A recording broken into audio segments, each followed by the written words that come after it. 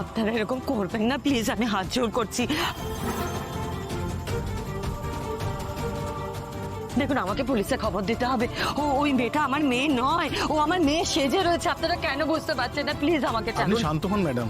আপনি যেটা ভাবছেন এটা সেরকম কোনো ব্যাপার নয়, এটা আপনার মাথার ভেতর হচ্ছে। আপনার মেয়ে কিন্তু আপনার এই ব্যাপারে খুবই কনসার্ন, মনোকষ্টও আছে। আমাদেরকে একটু সুযোগ দিন আপনাকে সুস্থ করার। প্লিজ ম্যাম, একটু কোঅপারেট করুন, আসুন।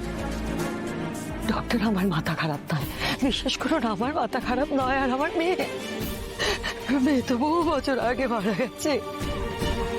এই মেয়েটা আমার মেয়ে নয়, আমার মেয়েটা আবার ফিরে এসেছে। আমার মেয়ের আবার পুনর্জন্ম হয়েছে, কিন্তু এই মেয়েটা আমার মেয়ে নয়। বিশ্বাস করুন, আপনারা কেন বিশ্বাস করছেন না? আমার মাথা খারাপ নয়। প্লিজ প্লিজ ডক্টর, প্লিজ আমার কথাটা শুনুন একবার, আমার কথাটা। হ্যাঁ হ্যাঁ মা, আমি সব শুনবো, আপনি বলুন। আপনি একটু আসুন প্লিজ। আমি যদি একটা সেলে এখন ঢুকে যাই তাহলে আর কোনো কিছুরই আশা থাকবে না, কিছুই করতে পারবো না। এখান থেকে বেরোতেও পারবো না।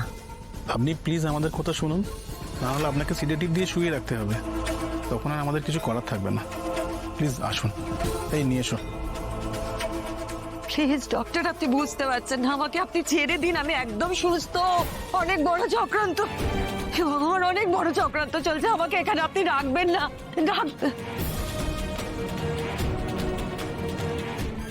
না, আমার কথা এরা শুনবে না। এখন আমাকে এদের কথাই মানতে হবে। তুমি ঠিক ছিলে অপর্ণা, তুমি ঠিক ছিলে। আমার নিজের দোষে আমি নিজের সব কিছু শেষ করে দিলাম। আমার জীবনটা যেন থাকে তোমার কাছে ক্ষমা চাওয়ার জন্যে। কিন্তু